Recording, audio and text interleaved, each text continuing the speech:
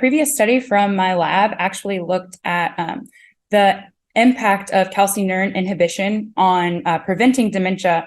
It was done in a small at one institution, and so it was kind of a small cohort of patients. But what they showed is that calcineurin inhibition actually prevents the development of dementia. And so what I did is with this in mind, I looked into this really big nationwide insurance claims data set. And so it really just increased the power of the study. And I also teased apart the difference between the two different calcineurin inhibitors, whereas the previous study kind of lumped them together.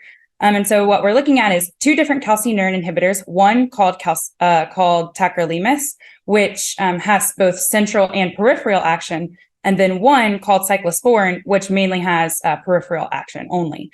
So just by nature, inhibiting calcineurin actually leads to immunosuppression. And so that's how these drugs clinic typically used to prevent graft rejection in transplant patients.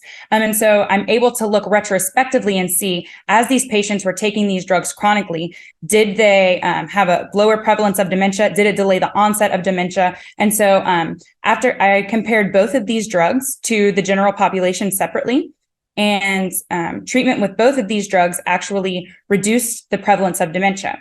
So after I looked and compared them to the general population, I compared them to each other. And so kind of expectedly, what I saw is that patients who were prescribed tacrolimus had a reduced prevalence of dementia compared to patients prescribed cyclosporin. And remember that tacrolimus has central action, and so that's probably why. So in addition to immunosuppression that's caused by the two drugs, the central action of tacrolimus likely, because it's inhibiting calcineurin also impacts synaptic function, autophagy, neuronal apoptosis, and other kind of synaptic function. And so we think that immunosuppression combined with those neuronal effects of calcineurin probably lead to this significantly reduced prevalence of dementia altogether. This definitely supports some literature that suggests that immunosuppression can have some advantage against Alzheimer's disease pathology.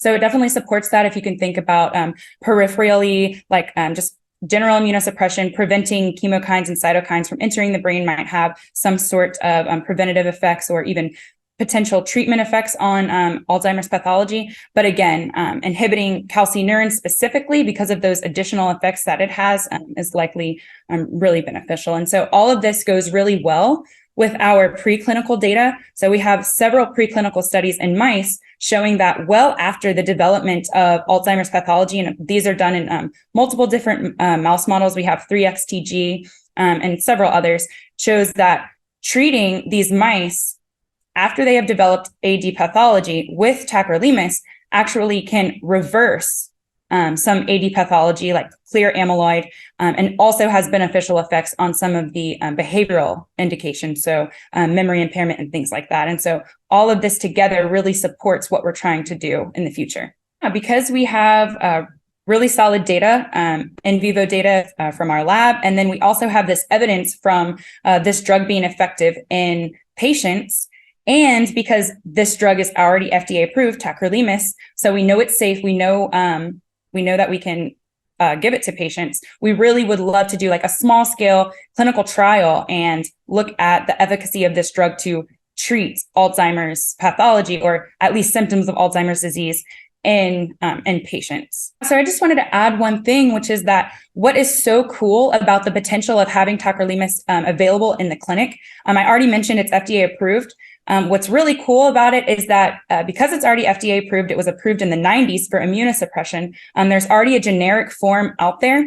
So while it might not be so exciting for pharmaceutical companies and things like that, because there's not a ton of money to be made on this drug, it is something that could really support health equity, because it's a drug that could be available for a very, very cost effective. And it could, if you could think about maybe a third world country having a treatment for Alzheimer's disease. And so that's why we're so excited about this, because it's an affordable treatment that could be available worldwide.